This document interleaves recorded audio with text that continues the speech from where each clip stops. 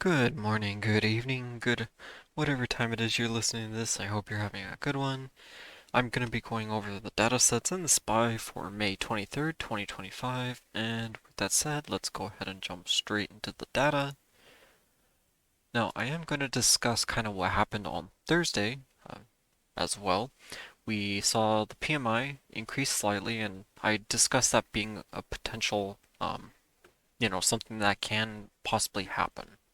Okay, because we were seeing the CPI come in lower, we were seeing the PPI come in lower, but we've been hearing from Walmart and other big firms that they need to increase their prices, and that's exactly what the PMI is going to be attributing to. So very likely we are going to be seeing this increasing, uh, while we could be seeing, the CPI and PPI decreasing. Now we saw an increase in the yield on the TIPS auction. Not super important. Again, that's kind of a hedge to the 10-year bond. Kind of weird how that works. Anyway, what's going on for Friday? So in the pre-market, we just have the building permits. That's not a super big data set. Then at 10 a.m., so 30 minutes after open, we have the home sales data. Not really important either. And then all this stuff coming out at 1 p.m. and later in the day. That's not important either. This is just positional stuff, so really not stuff that we as you know traders for the S&P are really worried about. This is for commodity type stuff. Anyway, not a super busy day tomorrow. We don't have really any earnings to jump into, but we can potentially have some sort of news from President Trump.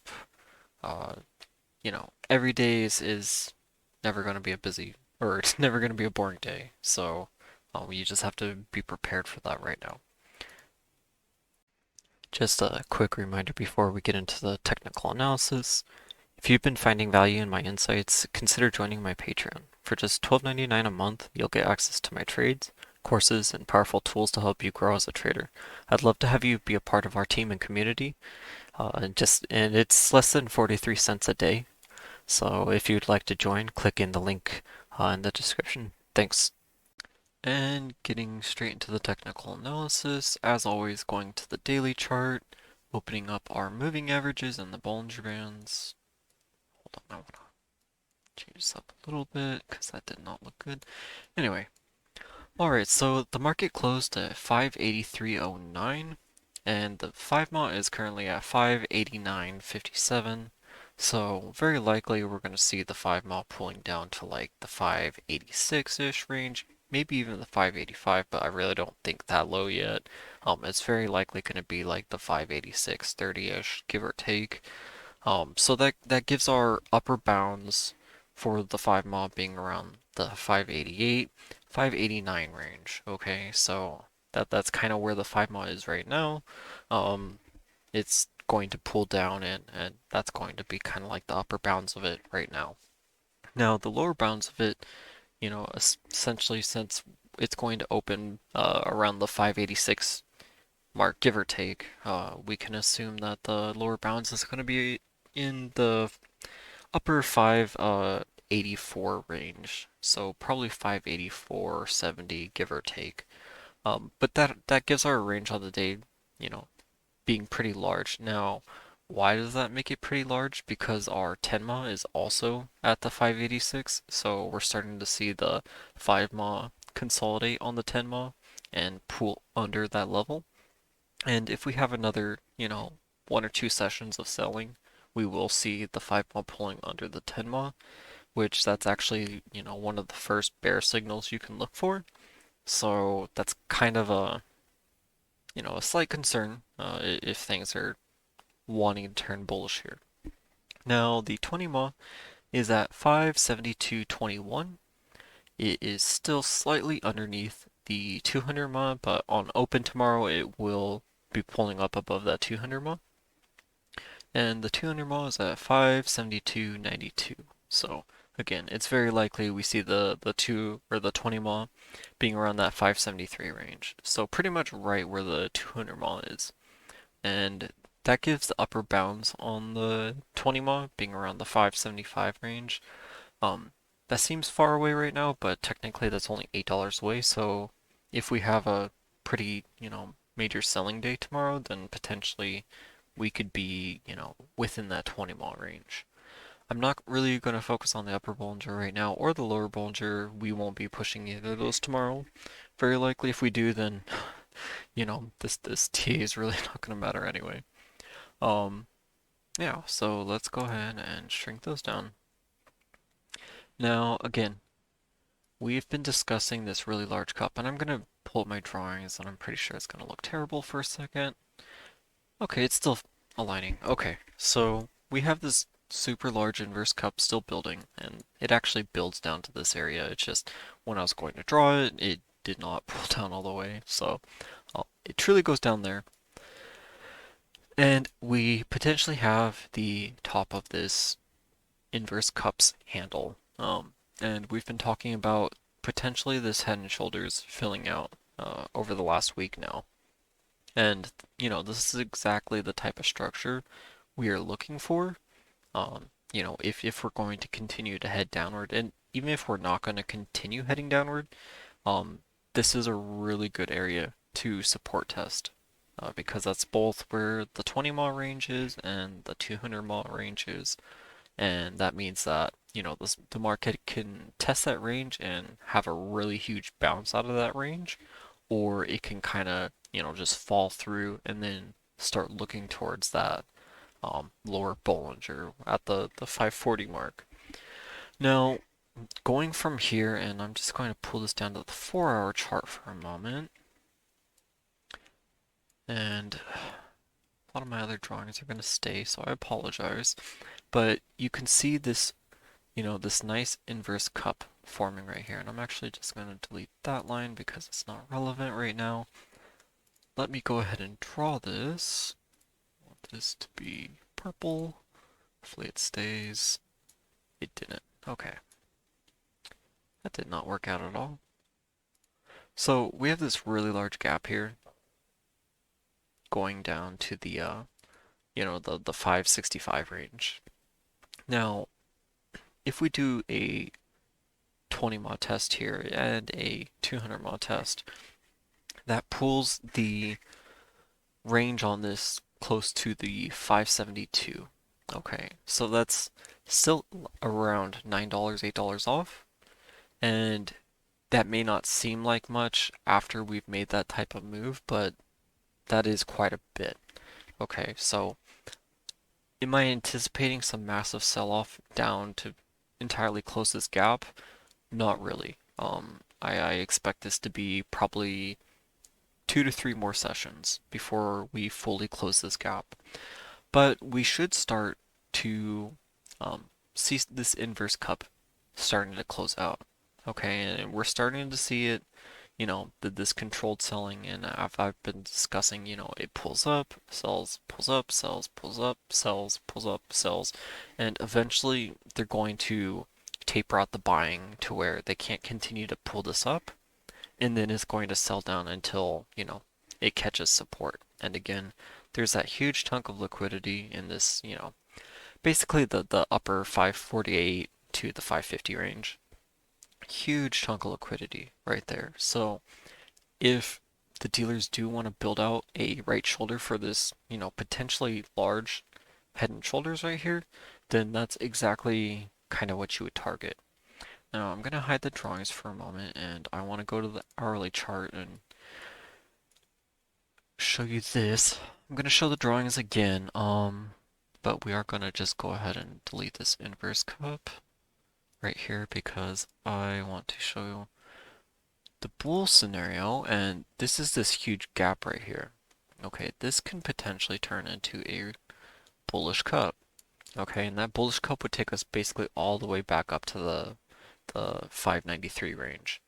And why can this potentially form a bullish cup?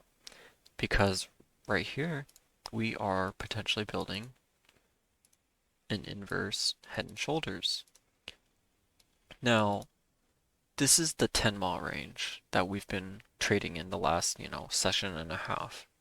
Okay, so potentially here, and this is kind of the bullish scenario is that the market is finished testing support. They're going to bounce it off this 10 mile range, head back up to the upper or to the 5 mile, which again, it's going to be very close to this 10 mile range, but retest the 5 mile and then head back up to the upper Bollinger and push, pretty deep into the 600 range. And that's I say pretty deep into the 600 range, but that's basically, starting to challenge the 607 range, give or take, before, retesting support and then legging back up. Excuse me. So that's what I mean by a deep move to the 600s. Um, but if this doesn't break out, okay, then what we do have here, and turning back to the bearish thesis, I apologize. I know I've been really bearish lately, but you know, what can I say? There's a lot to be bearish about right now.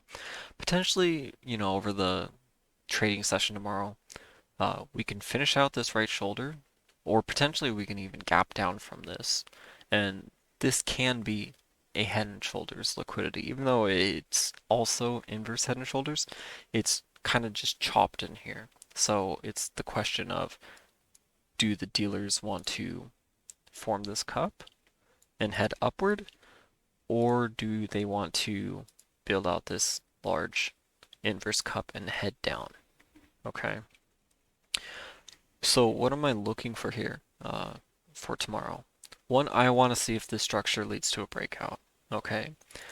From what I'm expecting from this, we should gap down. Okay, and I don't know. This is just an arbitrary price where I'm dragging this to, so don't assume I'm gonna, exactly pinpoint where we're gonna gap down to. But very likely we're gonna start building liquidity right in this range, and that's essentially right where the 20 mile and 200 mile are at. So technically, that can form the beginning of that large inverse cup um, by pulling down, retesting the 20 mile range in there. And then if the market wants to head back upward, they can head back upward. That's, over $30 worth of potential range right there. And if they want to break back downward and continue heading down, then, there's still 20 something plus dollars range right there. So that's what we're looking at from now. And no, I'm not going to cover any of the other ETFs or anything tonight, just mainly focused on SPY. But I just want to quickly kind of, you know, get everybody on the same page again about how moving averages work. Okay, for the most part, you know, this is how they work. Okay, once we test the 5 mile range, we pull down to the 10 mile. Okay, we have now tested that 10 mile range, and even though I personally don't look for 10 mile tests, what generally comes after a 10 mile test is the nearest support. Well, what's the nearest support? Back to that 5 mile. Okay, that 5 mile is kind of the next key to continuing downward or pushing back upward. And since the 5 mile is going to be pulled basically right on top of that 10 mile tomorrow, uh, that makes it a very good testing target because it essentially unlocks either that upper Bollinger playing out or excuse me, I'm losing my voice. Or this, 200 mile and 20 mile test. So it's a very good area to still open positions for about 2 weeks out, and they can be straddles. I really want to suggest getting strangles, and that's getting out of the money contracts. You can, and if you do, you need to target the upper Bollinger and the 20 mile. So if you're going to say you're bullish right now and you don't want to buy like in the money or at the money calls, then you target this upper Bollinger. And then you hedge with a couple puts targeting the 20 mile just in case we do head down. And, inversely, if you're bearish, you do the exact same thing. You target puts for the 20 mile and you hedge some calls for the upper Bollinger just in case. Um, it's a very easy range and it's very likely just going to be chopped tomorrow. I don't really expect a whole lot, but we just have to see where the structure continues out because we're in a really key area, and it's is this 5 mod going to bounce off the 10 and continue upward because that's bullish, or is it going to break below the 10 mod and start trending towards that 20 mod because that would be bearish. That would be, technically one of the first bear signs I look for. So, in between two big areas right now, everyone.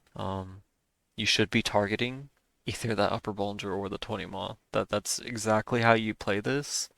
And again, not to be overly bearish right now, but we are above the 20 mile. We haven't tested it, and we have been above the 20 mile for basically over a month now. Um, we could start targeting this range underneath the 20 mile. It's a ton of liquidity, and you know, even through every rally, we see that range tested. They do grab for that liquidity. So whether that was already fully grabbed up and they just want to continue pushing from here, or potentially we see the larger handle build out on this bullish cup and we continue building from here. So that's the TA for tonight. I hope everyone trades safe tomorrow, has a great weekend, and I will talk to you in the next video. Take care.